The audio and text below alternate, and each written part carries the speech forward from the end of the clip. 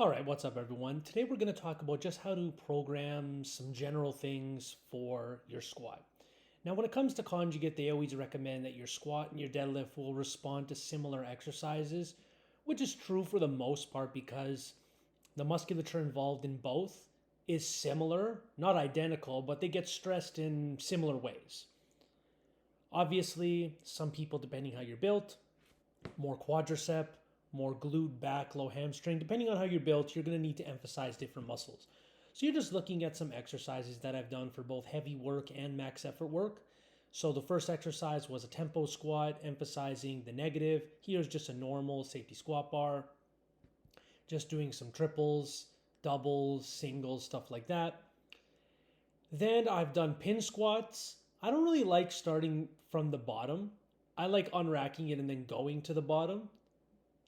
It's good with lighter weight to build flexibility, but I don't feel like there's any merit doing it heavy. For now, anyway. I might change my mind after I get a bit more comfortable with it. Then I've done box squats for both max effort and assistance work. Sometimes I like to throw bands on. It's just so I don't get lazy really throughout the range of motion. Keep my posture good. Go through all of it as if it's lightweight on the bar. That's the whole point of the bands. Accelerate through. Here you see I've done some box squats with the cambered bar for some max effort singles.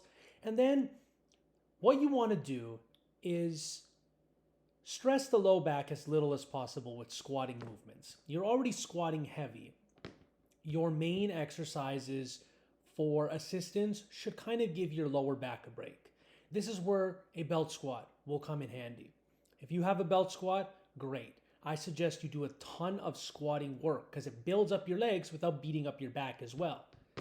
Split squats are also great because they don't have as much lower back stress but can still hit the legs super hard. Then you're going to have exercises like this. You easily can do good mornings, but to build up your squat, to help your hamstrings, in my opinion, the glute ham raise is good because it hits the hamstring at both the knee joint and the hip joint. And it doesn't stress your lower back any further than it needs to be.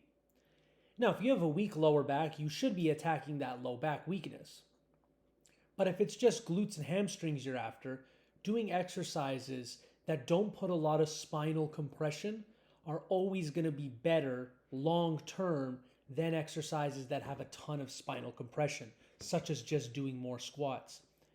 Things like kettlebell swings and power pull, any special exercises that are beyond a barbell can be super beneficial for bringing up both your squat, deadlift, any lower body lift, exercise, activity that you are trying to bring up.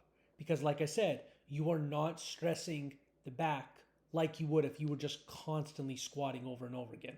So overall, pick 2 to 3 squat variations for your heavy work, plug them into the max effort method of doing a 1 to 5 rep max, then hit assistance exercises and hypertrophy your weak muscle groups.